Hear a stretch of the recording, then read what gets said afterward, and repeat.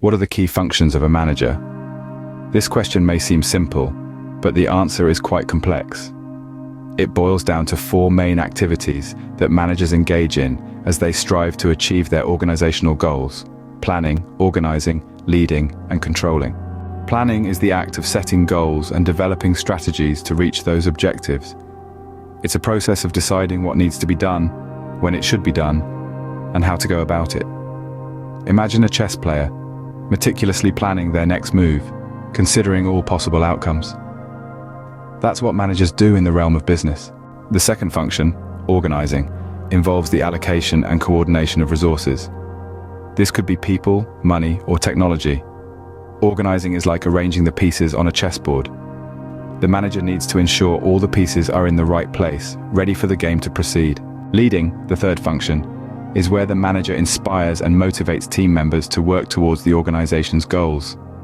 This is where the chess player motivates the pieces to move, setting expectations, providing feedback, and recognizing good performance. Controlling, the final function, is about monitoring progress towards the goals.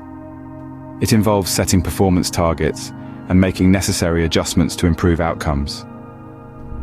It's like the chess player constantly assessing the state of the game, making corrections to their strategy as needed.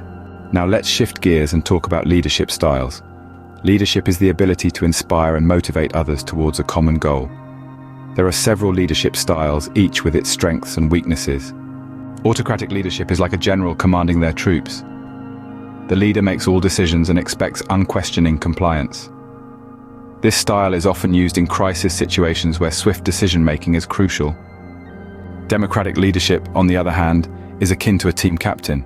The leader involves the team in the decision-making process, fostering collaboration and input. This style is effective in boosting morale and engagement. The laissez-faire style is like a mentor guiding their protege.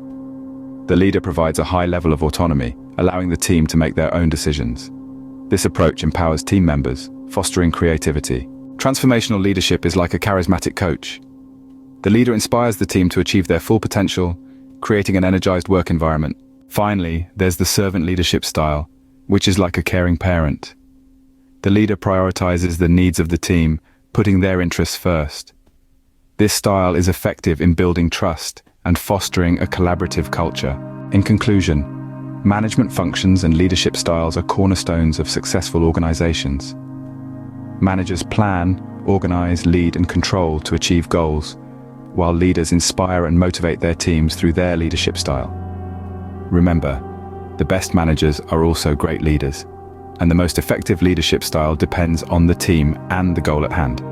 So whether you're a chess player, a general, a captain, a mentor, a coach, or a parent, it's all about making the right moves to guide your team to success.